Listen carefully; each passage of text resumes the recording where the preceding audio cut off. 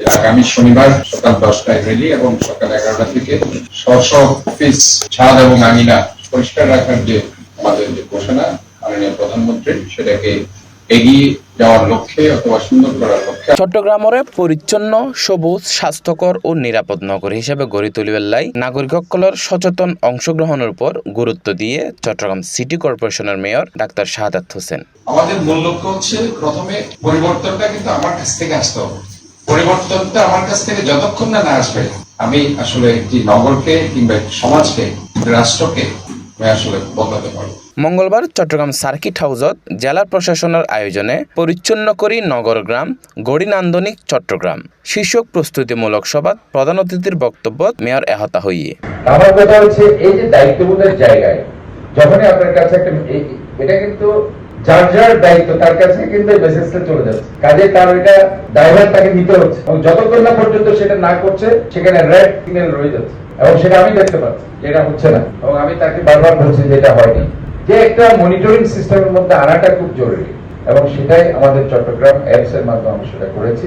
Mayor হইয়ে শুধু সরকারি উদ্যোগ নয়, প্রত্যেক নাগরিকর দায়িত্বশীল আচরণের মাধ্যমে ডেঙ্গু মুক্ত ও নান্দনিক চট্টগ্রাম গড়ে তোলন সম্ভব। প্রতি শনিবার অন্তত 1 ঘন্টা সময় দিয়ে বাসা, ছাদ, আঙ্গিনা ও আশপাশ পরিষ্কার রাখার অভ্যাস গড়ে তুলিবার আহ্বান জানাইয়ে যে প্রতি শনিবার, যেটা আমরা অফিসে যাই না, প্রতি শনিবার আমরা আমাদের বাসাতেই থাকি, আমরা স্ব বাসার আঙ্গিনাটা যদি আমরা ক্লিন রাখতে পারি, এভরি স্যাটারডে 1 ঘন্টা আমরা হয়তোবা শাওয়ার নেওয়ার আগে আমরা হয়তোবা জিম করলাম, এক্সারসাইজ করলাম, বাইরে গেলাম, হাঁটতে থাকলাম, আমি আমার বাসার নালাটা যদি একটু ক্লিন করি অথবা বাসার আঙ্গিনাটা ক্লিন করি অথবা বাসার ছাদে গিয়ে যদি বাসার ছাদটা আমি ক্লিন রাখতে পারি, তাহলে পরে আমি একটি নান্দনিক শহর, সমাজ, রাষ্ট্র আমি প্রতিষ্ঠা করতে পারবো। ডাক্তার শাহাদাত হোসেন আরো হইয়ে বাচ্চাসকলের ছোটবেলার তুনি পরিচ্ছন্নতার অভ্যাস গড়ে তোলা ফুরিব। আর এলকেই সিটি কর্পোরেশনের স্কুলগুলোত স্কুল হেলথ স্কিম চালু করা হইয়ে এর মাধ্যমে শিক্ষার্থীসকলে স্বাস্থ্য সচেতনতা বৃদ্ধি করিতে পারিব আর নির্দিষ্ট স্থানত বর্জ্য ফেলার অভ্যাস গড়ে তুলিতে পারিব। অভ্যাসটা কিন্তু স্কুল থেকেই করতে হবে। আজকে আমাদের মূল সমস্যাটা কি?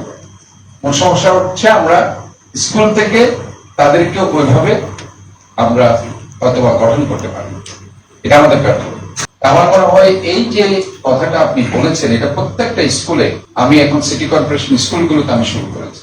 আমি একটা স্কুল হেলথ স্কিম নামে একটি স্কিম চালু করেছি, যেটাতে বাচ্চাদের তো হেলথ টেস্ট করা হয় এবং তাদেরকে আমি এখানে বিন দিয়েছি এবং সেখানে একটা গ্রেডিং করতে বলেছি, নাম্বারিং, কারা ময়লা বাস্কেটে ফেলে, কারা ফেলে, তাদেরকে শেখাতে হবে ছোট বাচ্চাদের ময়লা কোথায় ফেলতে হবে এবং এদেরকে আমরা হেলথ কিছু চেক আপ আমরা করাই বিনামূল্যে। মেয়র আরো হয়, নাগরিকসকলের মধ্যে দায়িত্ববোধ তৈরি করাই এখন সবচেয়ে বড় চ্যালেঞ্জ। জেডে বর্জ্য ফেলার প্রবণতা যদি বন্ধ নয়, তাহলে পরিচ্ছন্ন নগর গড়ে তোলা কঠিন হব।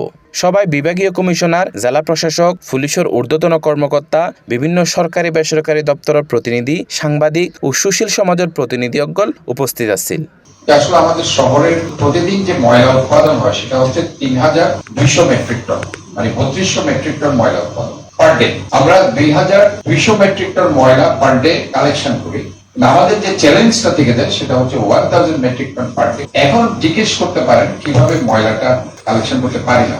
বিশেষ করে আপনারা দেখেন যে অনেকের বাসায় জানলা দিয়ে কিন্তু ময়লাগুলো ফেলে, মেড সার্ভেন্ট আছে অথবা ইভেন বাড়ির যিনি গৃহকর্ত্রী আছে উনিও দেখবেন যে ময়লাগুলো ফেলে দিচ্ছেন। ইভেন আমাদের গৃহকর্তারাও দেখবেন হাতে ব্যাগটা নিয়ে ময়লা এদিক ওদিক ডাকিয়ে আসতে করে খালের মধ্যে ফেলে দিচ্ছে, নালার মধ্যে ফেলে দিচ্ছে, ডাস্টবিনে ফেলছে না।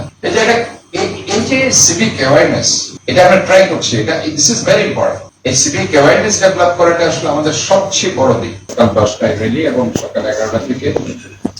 Desk news, C+ TV, Chittagong.